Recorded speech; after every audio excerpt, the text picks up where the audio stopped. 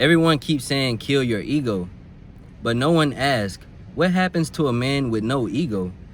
A man without an ego isn't enlightened, he's weak. Get right into this. The misunderstanding of the ego. Your ego isn't evil. It's misunderstood. It gets painted as a villain, someone who is toxic and just kind of wild, doesn't have really control. But your ego isn't very important.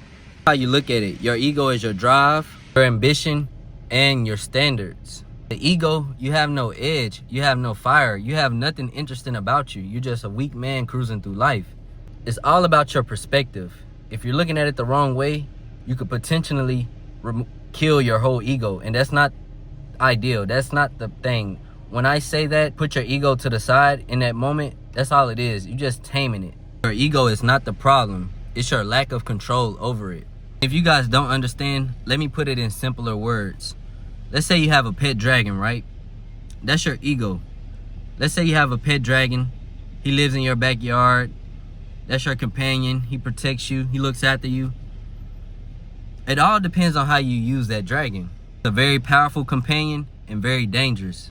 So you have to handle the critters with care. So with good intention. Now, a dragon has the power to either protect you or completely destroy you as a man. Say you have a wild ego. You have a wild dragon that you're not taming. That could be wild, arrogant, insecure, reacting instead of responding, not having emotional stability, no discipline. Go on and on with that situation. But in other words, if you have a tamed ego, basically your dragon, if you're taming your dragon, you're not letting it run over you, doing everything else all over the book, not killing people, blowing fire everywhere. But if you have good control over your dragon, that can look like confident, being present in the moment, having a presence, and also being disciplined, moving with intention, being grounded. In other words, you don't kill a dragon. A dragon can really elevate your life. It can really make your life better. You train a dragon. You don't kill it. This is what happens when you let your ego control you. This is what happens when you let your dragon run wild. You can easily be offended. You can be getting defensive easily. Competition with everyone you meet. Instead of seeing how you can team up with people, become valuable to them, and how y'all could become valuable to one another. Or you could just be seeking validation. It could be a validation addiction. That's what it looks like when you let your ego control you, when you let your dragon control you. When your dragon controlling you, it can end in many ways. You can be a dead man. Everyone around you is dead. Like that dragon is a danger to society if you don't have no control over it. When ego leads, man becomes fragile, disguised as dominant. This is what it looks like when you have full control over your ego, aka your dragon. And ego equals masculine mystery. Keep people wondering why you're so grounded, how you do it. You make everything look so easy. You make everything look like you don't have a life of ups and downs like everyone else. In reality, you do. It's just how you handle it. Confidence without being arrogant, calm, more grounded presence, responding to people versus reacting with your emotions, using your logical mind, really just having a silent self-belief, being true to you, knowing who you are.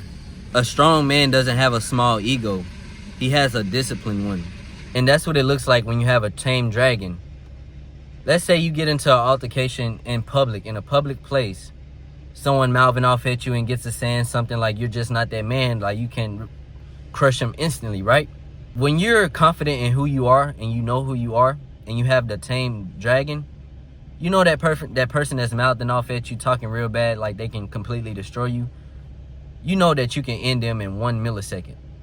You have a dragon, and your dragon is just talking to you like, do you want me to just blow this man away? Do you want me to set him on fire, completely get rid of this?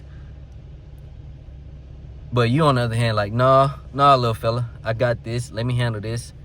That's what it looks like when you're being present. You're not reacting off emotions. It's easy to react off emotions. It's not easy to stay grounded and move with intention. That's the hard part. You always got to have a tamed ego. Tie all of this up. Ego plus awareness is a dangerous combo. Dangerous. Your ego gives you fire. It gives you the edge. Even awareness gives you direction. Look at it like this. Your ego is your engine. Your awareness is your steering wheel. Mastery over destruction, you guys. Tame that ego. Stay grounded and respond. Close this out. Don't kill your ego. Weak men suppress their power. Strong men learn how to control it. And that's all I have for you guys today. I hope this really resonated with some of you guys, especially in your early teens, early 20s. I went through this in my early 20s as well. I couldn't seem to figure out why certain people treated me a certain way. Why I couldn't get my way with certain people. Why I felt like people were running over me. Why I felt like I didn't have... And it all came down to just the ego thing, just the way I felt about myself. Was I grounded? Was I present? And that's all it is. Some people are not aware, and it takes awareness to know what you need to do. Tame that ego. Glow up. Like, comment, and subscribe on this video. Comment ego, because the whole point of this video was about the ego. And I tried to put it in a simpler term, having a dragon companion. I got that from a guy that I follow on YouTube. It was a great story. So I just like, you know what, I'm going to use it as my own just to help people learn it more. But if you want more content from me, more knowledge, more gems, subscribe on my channel and we'll be back with more coming soon. Peace out.